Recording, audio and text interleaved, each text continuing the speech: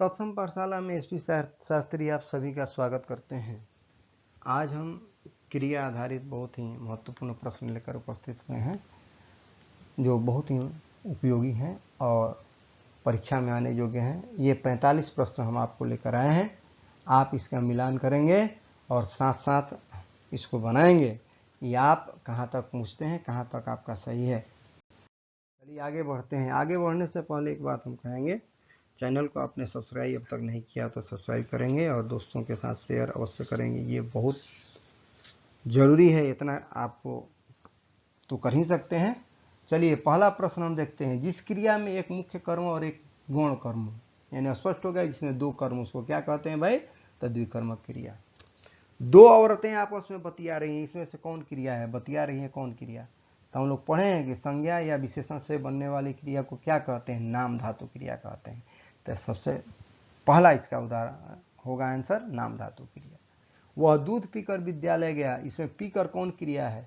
परिभाषा हम लोग पढ़े हैं, एक क्रिया के समाप्त होने के बाद जहाँ दूसरी क्रिया के होने का बोध हो वहाँ पहले वाली क्रिया पूर्वकालिक क्रिया कहलाती है, इसलिए पीकर दूसरा होगा इसका आंसर पूर्वकालिक क्रिया। कराना करवाना कौन क्रिया है भाई? बताइए। तो कराना और करवाना प्रेरणार्थक क्रिया है, जैसे वो नौकर से काम करवाता है, प्रेरणा दे रहा है। राम खाना खा चुका है, तो दो धातुओं के साथ जुड़कर जब एक क्रिया बनती है उसको क्या कहते हैं? तो संयुक्त क्रिया कहते हैं। ध्यान रखिएगा, दो धातुओं के मेल से बनने वाली क्रिया, इसलिए इसका दूसरा आंसर होगा। क्रिया के मूल रूप को क्या कहते हैं? स्पष्ट है धातु। तीसरा आंसर इसका होगा। घोड़ा ही निन्याता है, इसमें कौन क्रिया है?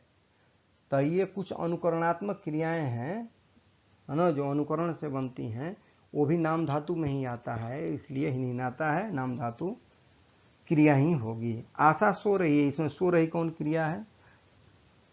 क्या सो रही है? उत्तर आपको मिल रहा है? नहीं मिल रहा है, इसलिए अकर्मक क्रिया हुई।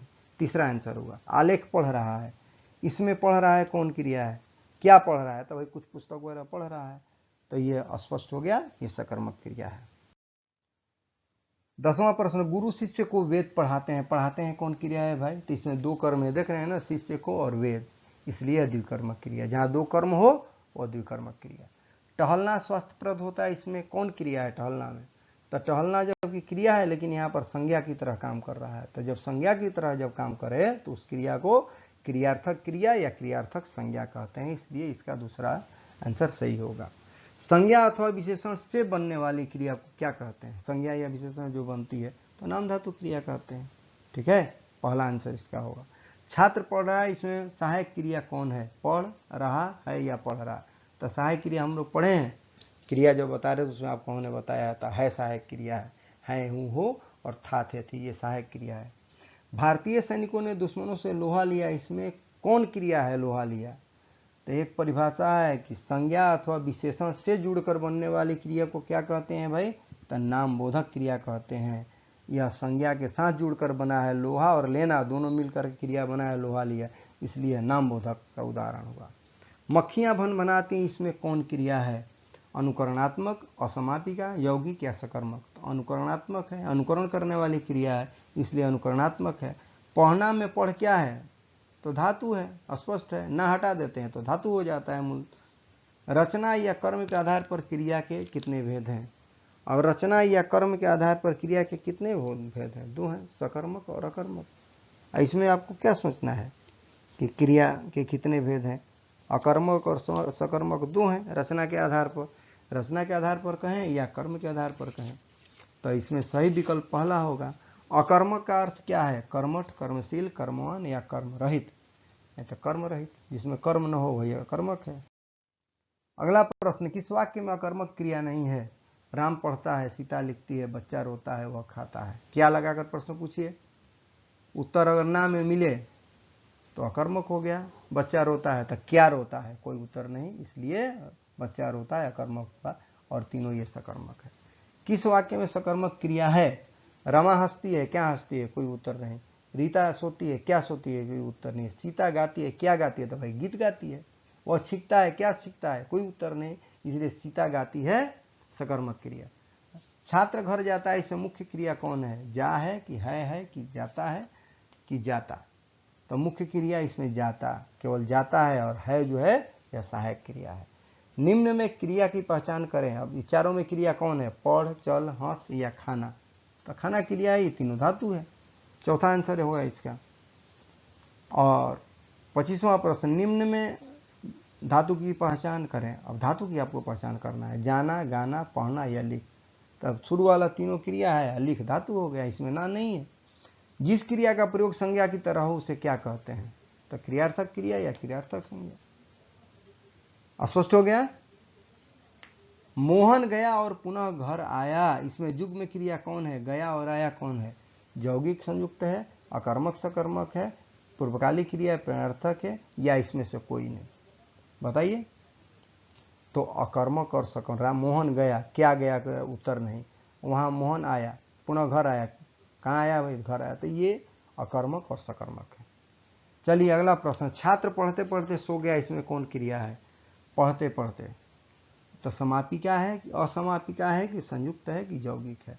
तो पढ़ते पढ़ते क्या है भाई? असमापिका, वह समाप्त अभी नहीं हुआ। पढ़ते पढ़ते ये समाप्त नहीं ना हुआ, इसलिए असमापिका क्रिया। नाम धातु क्रिया की पहचान कर। इसमें नाम धातु क्रिया आपको बतानी है। भस्म होना, शर्माना, करवाना, खा लेना। नाम धातु, तो नाम धातु यानी संज्ञा अथवा विशेषण से बनने वाली क्रिया। तो सर्व विशेषण शर्माना बना है, इसलिए दूसरा इसका आंसर होगा। ठीक है। मूल धातु का स्वरूप क्या होता है? आश्रित, स्वतंत्र, परतंत्र, या इसमें से कोई नहीं? तो मूल धातु का स्वरूप स्वतंत्र होता है। जैसे पढ़ना में पढ़ स्वतंत्र है। ठीक है। अगला प्रश्न, पढ़ना पढ़ाना शिक्षक का काम है, इसमें कौन सी क्रिया है पढ़ना पढ़ाना में? स्पष्ट है, एक धातु से यहाँ दो क्रिया बनती है, उसको क्या कहते हैं? तो यौगिक क्रिया। दूसरा इसका उदाहरण सही होगा। दूसरा आंसर इसका सही है। वह जाते ही गिर पड़ा, इसमें कौन क्रिया है? जाते ही। समापिका क्रिया, असमापिका क्रिया, तत्कालिक क्रिया है? कोई नहीं। तो ये तत्कालिक हो रहा है, जाते ही, तत्काल में, उसी समय यह क्रिया हो रही है, इसलिए इसको तत्कालिक क्रिया कहेंगे। वाक्य प्रयोग के आधार पर क्रिया के कितने भेद हैं? अब कह रहा है वाक्य प्रयोग के आधार पर क्रिया के कितने भेद हैं। थोड़ा सा आप सोचिए, सोचिए तब हम आपको बताते हैं। चलिए हम बता रहे हैं, वाक्य प्रयोग के आधार पर क्रिया के 3 भेद हैं, समापिका क्रिया, असमापिका क्रिया और तात्कालिक क्रिया। चलिए अगला उदाहरण, मुझे जीने दो किस क्रिया का उदाहरण है? अभ्यास बोधक, अनुमति बोधक, शक्ति बोधक या आरंभ बोधक? तो यह अनुमति मांग रहा है कि मुझे जीने दो। ठीक है। हवा चल रही है किस क्रिया का उदाहरण है? नित्यता बोधक, समाप्ति बोधक, निश्चय बोधक, या इसमें से कोई नहीं? तो यह नित्य है, हवा चलने का काम नित्य होता है, तो यह नित्यता बोधक है। मैं पढ़ना चाहता हूँ किस क्रिया का उदाहरण है? इच्छा बोधक, अनुमति बोधक, आवश्यकता या निश्चय? मैं पढ़ना चाहता हूँ, चाहता हूँ वाला बताइए। जहाँ भी चाहता हूँ वो जान लीजिए इच्छा बोधक है, तो यह इच्छा बोधक है। मैं गा सकता हूँ किस क्रिया का उदाहरण है? तो ये शक्ति प्रदर्शन है, तो शक्ति बोधक होगा। अभ्यास बोधक नहीं होगा, इच्छा बोधक भी नहीं होगा, आरंभ बोधक भी नहीं, जब भी होगा शक्ति बोधक। यह कह रहा मैं गा सकता हूँ। वह सो चुका है किस क्रिया का उदाहरण है? निश्चय बोधक, आरंभ बोधक, समाप्ति बोधक या इच्छा बोधक? तो समाप्ति बोधक है, तो आप भी जान रहे हैं। वर्षा होने लगी किस क्रिया का उदाहरण है? तो वर्षा होने लगी, तो स्पष्ट हो रहा है कि आरंभ हो रहा है, आरंभ बोधक है। अब संयुक्त क्रिया के कितने भेद हैं? अगला प्रश्न ध्यान रखिएगा, संयुक्त क्रिया के 11 भेद हैं। अगला प्रश्न है, सकर्मक क्रिया के कितने भेद हैं? तो सकर्मक क्रिया के बताइए। पहले भी हम लोग पढ़ चुके हैं कि सकर्मक क्रिया कितने भेद हैं, आपको बताए हैं। तो सकर्मक क्रिया के 2 भेद हैं, एक कर्मक और द्विकर्मक। जिसमें एक कर्म हो और जिसमें 2 कर्म हो, यही 2 भेद हैं सकर्मक क्रिया के। अब एक प्रश्न है इंपॉर्टेंट, ये भी है, सही क्रिया का मिलान करना है। ये उल्टा दिया रहेगा आपको सही। और गर्म होना कौन क्रिया है भाई? तो गर्म होना विशेषण से साथ क्रिया बनी है, तो नामबोधक क्रिया। उठना कौन क्रिया है? तो अकर्मक क्रिया।